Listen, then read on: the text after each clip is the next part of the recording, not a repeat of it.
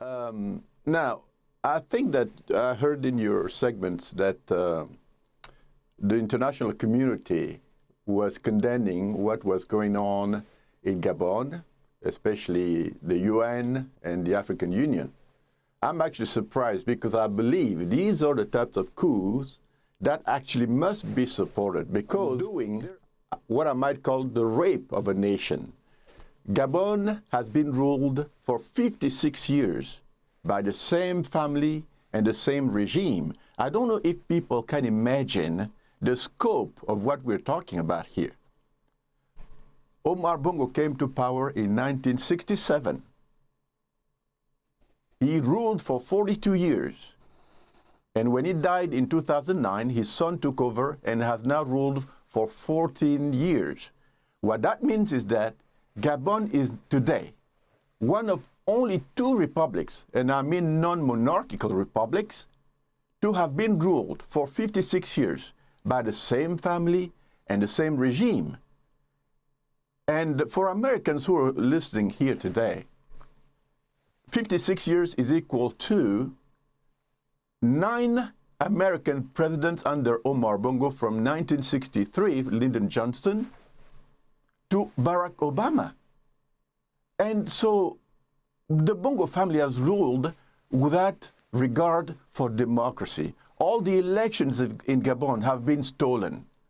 And I think that the coup is actually a restitutive coup in a sense that it's actually restituting to the Gabonese nation a voice that will allow them now, perhaps through dialogue, to rebuild after 56 years of what I might call a disaster. And so I tend to believe that we should support the coup leaders in Gabon. This is a type of coup that we should support because it is the result of, it is in fact a reaction to the fact that once more, Ali Bongo, the Bongo family, tried to steal an election. And for once in Gabonese history, well, the military stepped in and have now allowed for the possibility of democratic change in Gabon if we're able to negotiate a peaceful resolution to the crisis. General discontent in Gabon, by the Bongo family. Now, Commander Brice Oligui Nguema, who took over as interim president now, certainly is part of what we call the presidential guard. Traditionally, this is the guard that has been protective of the president. That's like, in Gabon, at least historically, that's been more like a personal guard to protect a dictator. So the regular army in Gabon has no power, no armament that would actually allow it to serve, as a Republican army. And in this sense, the guard of Bongo has been usually perceived as complicit, protective of the regime.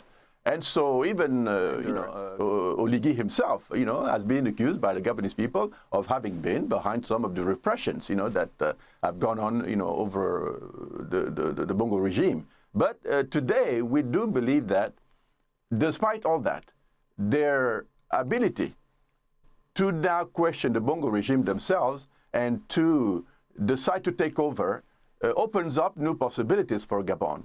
Now, the reaction of the people has been that, in general positive because they're very happy that for once the Bongo family has been at least disabled to the point of opening up the possibility of perhaps later on democracy for Gabon. And I would say that, if we have to lead to a simple conclusion, we do have to believe that this is a rare opportunity for the Gabonese people to engage in national dialogue that would allow for, perhaps in 2 years, after the transition, to go into democratic rule. And that's why I think that the international community must look at this as an opportunity for Gabon to actually enter a new era of democratic change.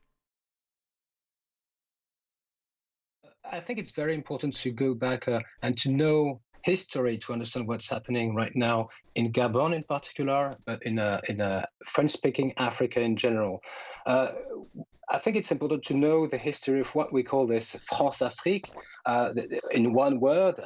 This term, one word, sums up the extremely close relationship, the fusional relationship that France managed to maintain with its former colony in Africa, despite or thanks to the fake independence it granted to its former colonies in 1960.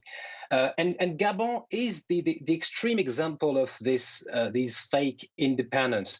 You know that the first head of state of Gabon was not Omar Bongo but Léon Mba. Léon Mba was a guy who was nominated by the French and who refused independence. He didn't want to have his country independent. It's the French who forced him to accept independence, and they said to him explicitly, "Don't worry, it's not a true independence.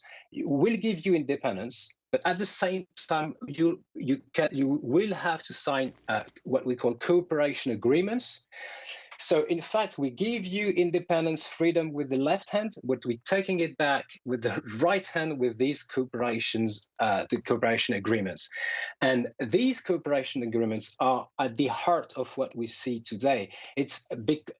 These cooperation agreements allowed France to maintain its military apparatus in their former colonies, to maintain the colonial monetary system beyond the independence, and to intervene militarily wherever it pleased. And there had been a first coup in Gabon in 1964, and the French intervened militarily to put Léon Mba, this guy Léon Mba, back on his presidential chair, and then they immediately began to prepare the accession to power of his vice president Albert Bongo at this time, the future Omar Bongo, who was installed in 1967.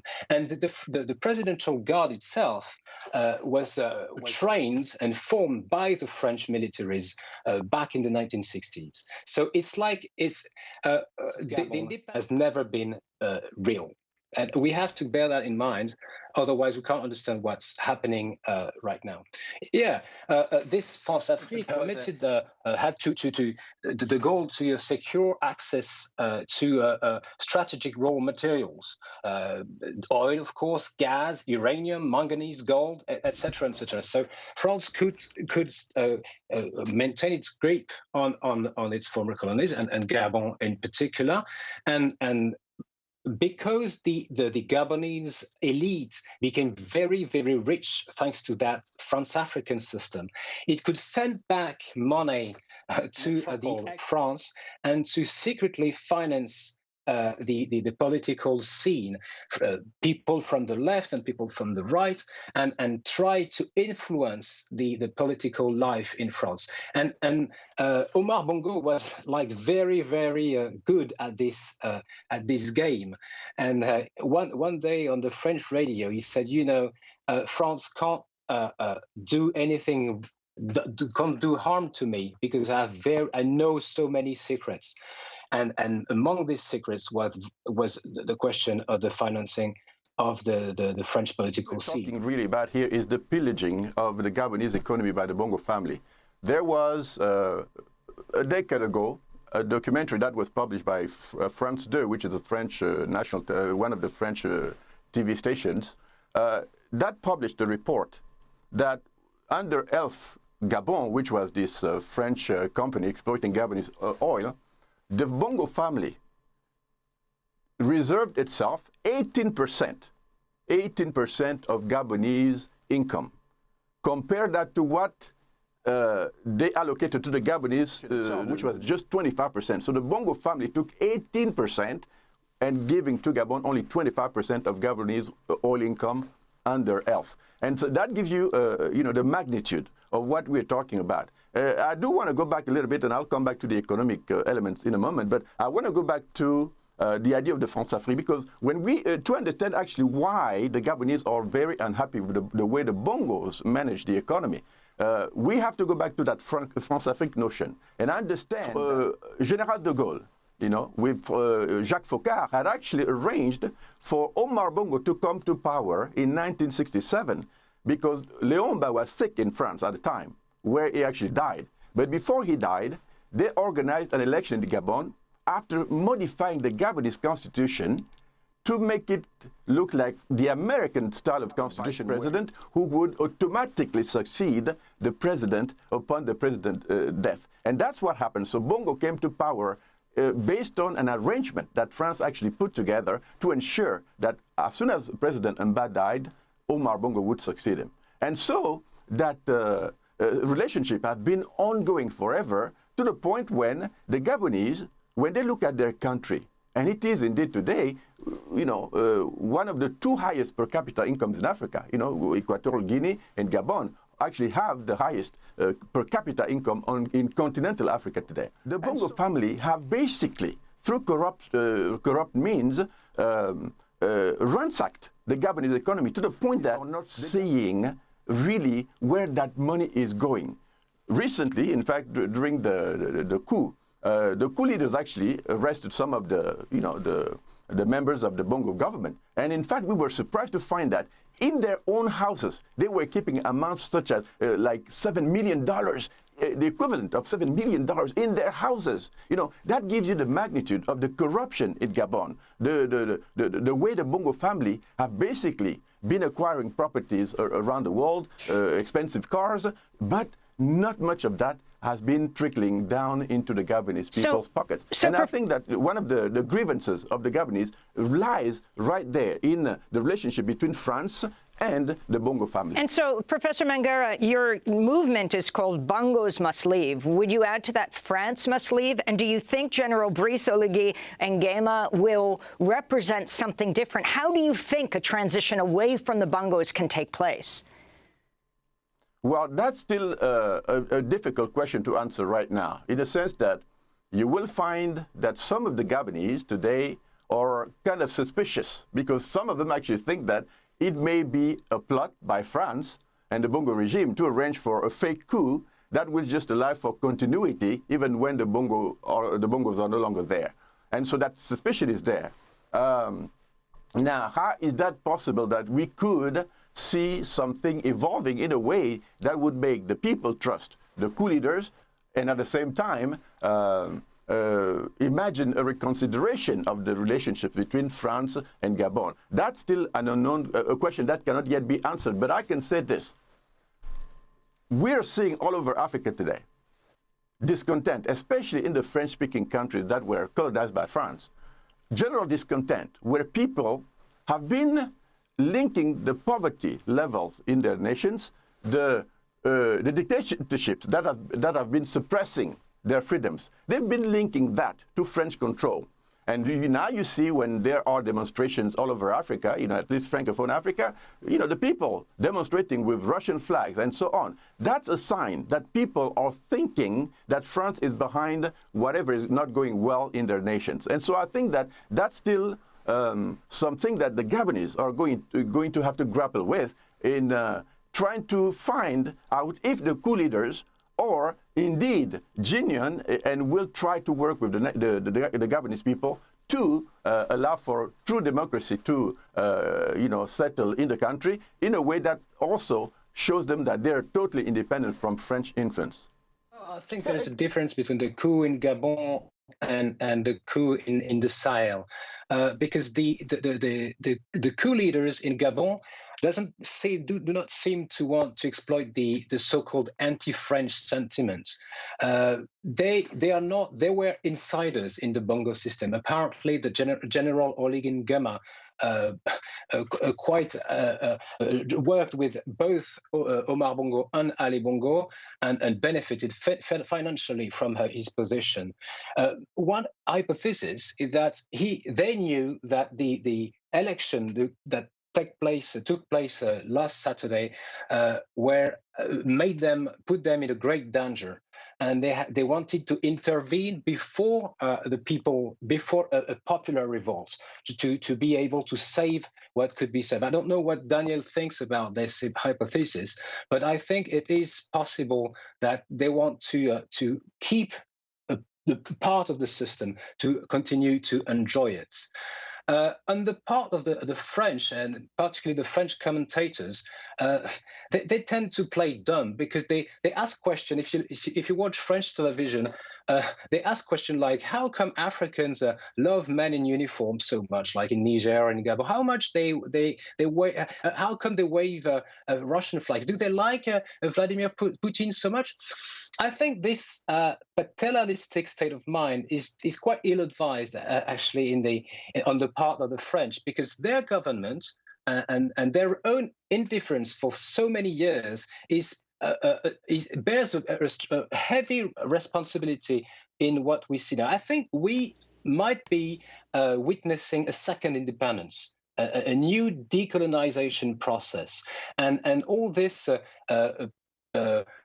pro-Russian feeling in Africa might be more pragmatic than what the French commentators say.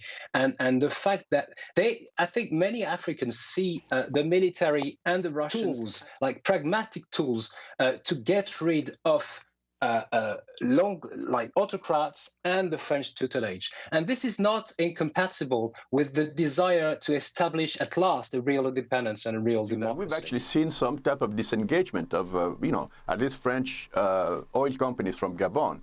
Today, it's mostly Perenco, which is owned by a French family rather than the French government.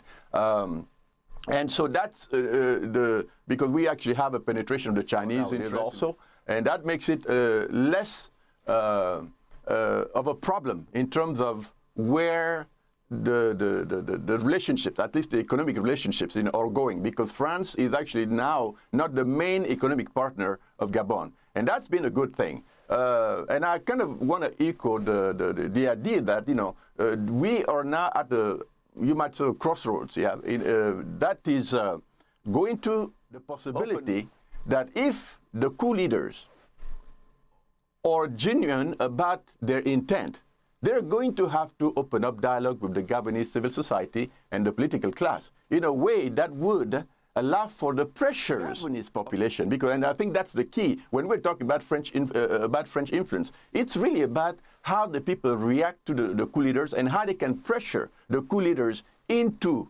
doing the will of the people as opposed to the will of France. And I think that the idea of a new independence for Gabon is true in the sense that the potential is there, and I believe we could see something positive coming out of this. I believe that despite the fact that the coup leaders are part of the presidential guard, mostly, the Gabonese will be mature enough to pressurize them, to pressure them in a way that will allow for a national dialogue to occur that could actually open up the possibility of democratic change in Gabon